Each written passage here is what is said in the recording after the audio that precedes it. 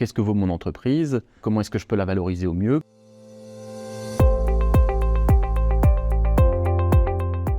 Alors quand on vend une entreprise, il y a un certain nombre d'étapes clés. Je vais démarrer par les étapes clés qui concernent le vendeur. Le premier sujet, c'est plus on anticipe, mieux c'est. Si on souhaite vendre son entreprise à 62 ans ou 64 ans pour un départ à la retraite, l'idéal c'est d'anticiper 5 ans avant, d'aller voir un professionnel et de faire une première approche pour vérifier s'il y a des sujets à corriger pour valoriser au mieux sa structure. La première règle, c'est plus on est inutile à sa structure, mieux ce sera. Pourquoi? Si on porte l'intégralité des pans de son fonctionnement, si on maîtrise son produit, si on maîtrise l'intégralité de ses clients, si on maîtrise l'intégralité de ses fournisseurs, et que l'entreprise ne peut pas fonctionner sans sa présence, celle-ci a une moindre valeur que si au contraire, on peut enlever le ou la dirigeante de la structure et que celle-ci fonctionne dans un état normal.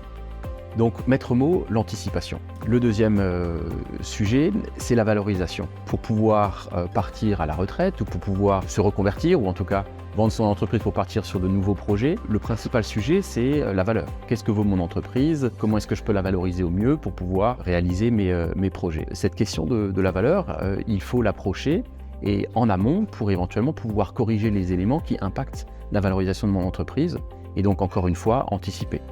On ne vend jamais mieux que si on a pris les devants et qu'on s'est laissé un délai entre 12 et 24 mois pour trouver, identifier son repreneur. Du côté acheteur, les étapes sont multiples. La première étape, c'est d'aller se faire référencer auprès des professionnels de la transmission et de la reprise d'entreprise pour pouvoir identifier son cahier des charges. De la sorte, vous serez référencé et vous pourrez être contacté le jour où la structure idoine est disponible sur le marché. En parallèle, bien sûr, des investigations peuvent être menées pour aller identifier et trouver l'entreprise idéale pour votre cahier des charges. La première étape de la reprise d'une entreprise consiste à rencontrer le ou la dirigeante pour pouvoir vérifier si des atomes crochus existent, si vous êtes en confiance et si vous vous projetez dans l'activité et dans le rôle de cette personne. Si cet intérêt est validé, dans ce cas-là, l'étude plus arithmétique, plus technique de la documentation de l'entreprise permet de vous projeter en termes financiers, de savoir si cette projection peut vous convenir. Il s'agit donc en fait d'aller étudier financièrement la reprise et de lever les doutes que vous pourriez avoir sur le fonctionnement de l'entreprise. Une fois l'intérêt matérialisé, concrétisé, il faut l'indiquer sur une lettre d'intention.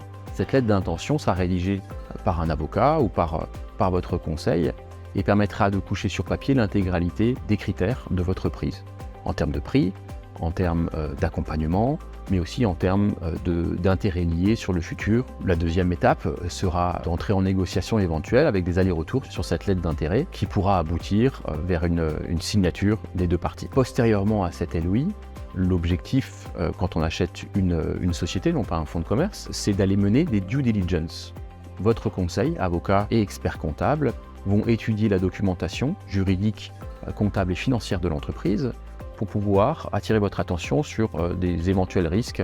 Ces risques permettront de quantifier votre garantie d'actifs et de passifs. Une fois les audits menés, un protocole d'accord de cession pourra être rédigé, là aussi par votre avocat, et matérialisera concrètement les engagements des deux parties, acheteurs et vendeurs, et les conséquences de la réalisation ou de la non-réalisation de l'acte. Postérieurement à ce protocole d'acquisition, il s'agit d'aller solliciter les partenaires bancaires pour pouvoir obtenir le financement lié à son acquisition. Il s'agit de lever les autres conditions suspensives qui sont indiquées dans l'acte, notamment par exemple de renouvellement de contrat avec des fournisseurs ou avec des clients. Et enfin, une fois que toutes les conditions suspensives de l'acte sont levées, c'est la réalisation définitive, le transfert de propriété par la réitération de l'acte.